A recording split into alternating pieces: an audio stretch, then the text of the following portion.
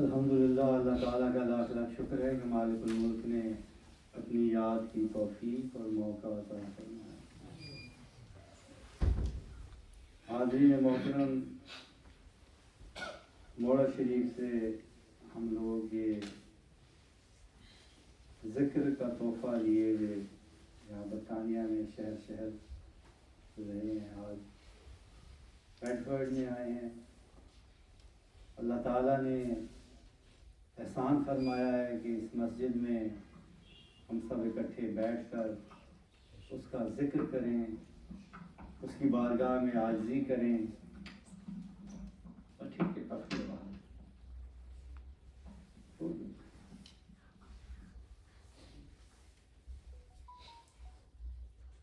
یہ ذکر کی عبادت اللہ تعالیٰ کا بہت بڑا انعام ہے، اور اتنی اہم عبادت ہے۔ اللہ تعالیٰ نے اسے اتنا اہم انسانوں کے لیے، مومنین کے لیے بنایا ہے کہ وہ حکم فرماتا ہے اپنے مومنین کو بھی ہر وقت اپنی زبانیں اور اپنا دل اس ذکر سے بھرا ہوا رکھو، زبانوں کو تر رکھو، دلوں کو خوشبودار رکھو اس ذکر سے۔ ہر وقت اللہ کے ذکر میں محو رہو، کھڑے ہوئے، بیٹھے ہوئے، پہلو بدلتے ہوئے، گویا کہ ہر وقت۔ کیوں؟ اس لیے کہ یہ ایک ایسی عظیم عبادت ہے کہ جب آپ اللہ کا ذکر کرتے ہیں تو اللہ تعالیٰ اپنی رحمتوں اور برکتوں کی آغوش میں آپ کو لے لیتا ہے، اپنی حفاظت کا حصار آپ کے ارد گرد قائم فرما دیتا ہے، اور تمام اہلیان عرش کو، تمام فرشتوں کو، ہر چیز کو گواہ بنا کر آپ کی مغفرت کا اعلان فرماتا ہے۔ اور یہ ایک ایسی دولت ہے، اور یہ محفلیں ایسی محفلیں ہیں حاضرین محترم کہ اس میں بیٹھنے والا کبھی بھی نامراد نہیں جا سکتا۔ یہ اور بات ہے، کوئی تھوڑا لے کے جاتا ہے، کوئی بہت لے کے جاتا ہے، اور کوئی بہت ہی زیادہ لے کر جاتا ہے۔ یعنی ہر انسان جو اس محفل میں بیٹھتا ہے، اس محفل کے سامنے سے گزرتا ہے، خواہ وہ تماشبین ہی کیوں نہ ہو، خواہ وہ ویسے ہی دیکھنے کے لیے چند لمحوں کے لیے رک ہی کیوں نہ گیا ہو، وہ بھی اس سے فیض یاب ہوتا ہے، وہ بھی نامراد نہیں ہوتا۔ یہ اتنی عظیم اللہ تعالیٰ کی رحمتوں اور برکتوں والی ہے۔ اور میرے آقا کریم علیہ الصلوۃ والتسلیم کی حدیث کے مطابق ایسی محفلوں سے شیطان دور بھاگتا ہے، اور جب آپ ایسی محفلوں کا انعقاد کرتے ہیں تو شیطان کو اس طرح تکلیف ہوتی ہے گویا کسی کی ہڈیاں ٹوٹ رہی ہیں۔ اس لیے حاضرین محترم، یہ اللہ تعالیٰ کے انعام ہے کہ مالک الملک نے ہمیں یہ عظیم الشان ذکر کی دولت عطا فرمائی ہے۔ اور یہ ذکر کرتا کیا ہے؟ یہ ذکر دلوں کی صفائی کرتا ہے، دلوں کا زنگ دور کرتا ہے، دلوں کے اوپر جو گرد جم جاتی ہے دنیا میں، دنیا کے کام کرتے ہوئے شیطان اور نفس کی وجہ سے، اس گرد کو یہ صاف کر کے اس دل کو نرم کرتا ہے، تیار کرتا ہے دل کی زمین کو اللہ تعالیٰ کے سب سے عظیم انعام کے لیے، اور وہ انعام ہے نسبت رسولی صلی اللہ علیہ وسلم۔ اور نسبت رسولی کیا ہے حاضرین محترم؟ یہ نبی کریم علیہ الصلوۃ والسلام کی اطاعت اور اتباع کا عشق، اور نبی کریم علیہ السلام کے ساتھ محبت کا امتزاج۔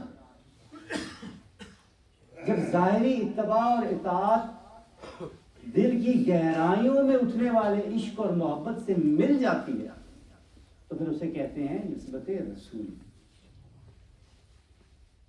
اور یہ اللہ تعالیٰ کا بہت بڑا تحفہ ہے. یہ پاک دلوں کو ملتی ہے, نرم دلوں کو ملتی ہے, صاف اور اجلے دلوں کو ملتی ہے. اور یہی ان محافل کی غرض و غایت ہے کہ تاکہ یہ دل اس عظیم الشان دولت کے لیے, اللہ کے اس عظیم انعام کے لیے تیار ہوں. الحمدللہ اللہ تعالیٰ نے یہ موقع عطا کرنا. اب جب محفل ہوتی ہے ذکر کی تو یہ بات ذہن نشین کر لیا کریں, جیسے کہ میں نے آپ کو پہلے بتایا کہ شیطان دور بھاگتا ہے اور اسے تکلیف ہوتی ہے. اب وہ خود نہیں دوسرے بھاگتا, وہ محفل میں بیٹھے ہوئے دوسرے لوگوں کے دلوں میں وسوسے بھی پیدا کرتا ہے, اکتاہٹ بھی پیدا کرتا ہے. ایسے لوگ ہوتے ہیں جو سارا دن اپنی پیٹ کی خاطر مزدوریاں کرتے ہیں, کھڑے رہتے ہیں, کام کرتے رہتے ہیں, ان کو تھکاوٹ نہیں ہوتی. لیکن جب وہ محفل ذکر میں بیٹھتے ہیں تو 15 منٹ بعد تھکاوٹ ہونا شروع ہو جاتی ہے, کوئی اکتاہٹ پیدا ہونا شروع ہو جاتی ہے, کوئی وسوسہ دل میں آنا شروع ہو جاتا ہے, کوئی سیل فون کی گھنٹی بج جاتی ہے, بندہ کہتا ہے میں باہر جا کے سن لوں. شیطان اور نفس انسان کو غافل کرنے کی کوشش میں ہوتا ہے, کسی طریقے سے وہ محروم ہو جائے ان فیوز و برکات سے کہ جو اللہ تعالیٰ اسے اس محفل ذکر کے صدقے عطا فرمائے.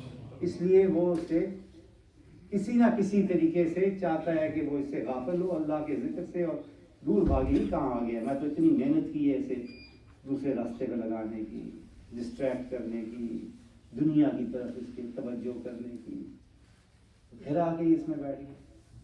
پھر آپ کے لیے تو اور چیلنج ہے, وہ تو یہ کہتا ہوگا دیکھو پاگل ہو گئے ہیں یہ انگلینڈ میں رہنے والے, اتنی میں نے ڈسٹریکشنز کریٹ کی ہوئی ہیں, بازار ہیں, کلب ہیں, باہر کیسی چیزیں ہیں, ہر چیز ان کے لیے آسانیاں پیدا کی ہیں کہ جاؤ بھائی ادھر گھومو, اپنی آسانیاں پیدا کرو, مزے کرو, عیاشی کرو, چھوڑو یہ کیا دھکیا نوسی کاموں میں پڑ گئے ہو, اللہ کرنے سے کیا ملے گا تمہیں, جاؤ کماؤ پیسہ.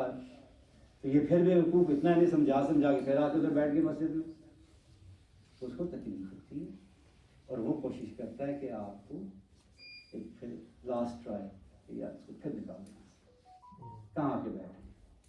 تو پھر ایسا جب خیال پیدا ہو تو آپ کو یہ سمجھ جانا چاہیے کہ آج کی یہ محفل صرف محفل ذکر ہی نہیں ہے بلکہ شیطان اور نفس کے خلاف آپ کا جہاد بھی ہے. فوراً شیطان پہ لعنت بیچ کے دوبارہ اللہ تعالیٰ کے ذکر میں محو ہو جانا چاہیے. اس کے بعد دعا ہوگی. جب دعا ہو تو میں ہمیشہ یہ آپ کی گوش گزار کرتا ہوں, ہر محفل میں تقریباً یہ کہتے ہیں, اور یہ ضروری بھی ہے کہنا چونکہ میں نے اس چیز کو بہت نوٹ کیا ہے, اس لیے میں بار بار اس کو دہراتا ہوں. کیونکہ لوگ آتے ہیں نا دعاؤں کے متعلق بات کرنے ہم سے اکثر, تو ان کا بھی اس طرح کے سوال آ سکتے ہیں بہت سے, دعا قبول نہیں ہوئی, دعا پوری نہیں ہوئی, کتنے عرصے سے دعا کر رہے ہیں, یہ نہیں ہوا وہ نہیں. تو ان کو یہ بتایا جاتا ہے کہ جس دعا کی قبولیت کا وعدہ کیا گیا ہے, بشارت دی گئی ہے, وہ صرف الفاظ کے مجموعے کا نام نہیں ہے. آپ نے ہاتھ اٹھائے, 4 جملے بول دیے, آمین کہہ دیا, دعا ہوگی نہیں. دعا اس التجا کا نام ہے کہ جو دل اور روح کی گہرائی سے نکلتی ہے. اگر آپ کے دل اور روح کی گہرائی سے التجا نکلے گی رب ذوالجلال کی بارگاہ اقدس میں, تو ہو نہیں سکتا کہ وہ قبول نہ ہو. کیوں؟ اس لیے کہ جس سے آپ مانگ رہے ہوتے ہیں وہ قادر مطلق ہے, وہ کائنات کے تمام خزانوں کا خالق بھی ہے اور مالک بھی ہے, اور ایسا خالق و مالک ہے کہ جو کہتا ہے کہ مجھ سے مانگو میں عطا کروں, جو خود آپ کو اپنی طرف بلاتا ہے, خود کہتا ہے میرے سے مانگو. پھر جب اس طرح کی دعا ہوگی جس میں خیال منتشر نہیں ہوگا, یکسوئی ہوگی, عاجزی ہوگی, انکساری ہوگی, اپنی محتاجی کا، اپنی بے بسی کا اقرار کرتے ہوئے آپ اللہ تعالیٰ کی عظمتوں کے بیان کے ساتھ جب اس سے مانگیں گے، اور جب پھر وسیلہ اور جب آپ صدقہ مانگ رہے ہوں گے اس کے محبوب کا، تو بھلائی کیسے دعا قبول نہیں؟ اب اللہ کا ذکر ہوگا تو انشاءاللہ اللہ تعالیٰ اپنے فضل و کرم سے ہم سب کو توفیق عطا فرمائے گا کہ ہم خضوع اور خشوع کے ساتھ اس میں شامل ہوں، توجہ کے ساتھ ذکر کریں، اس کے بعد دعا ہوگی، دعا کے بعد جو ذکر اور جو نماز ہے اس کے بعد نماز کا تمام وقت کم ہے، اس لیے شروع کرتے ہیں۔ بسم اللہ الرحمن الرحیم۔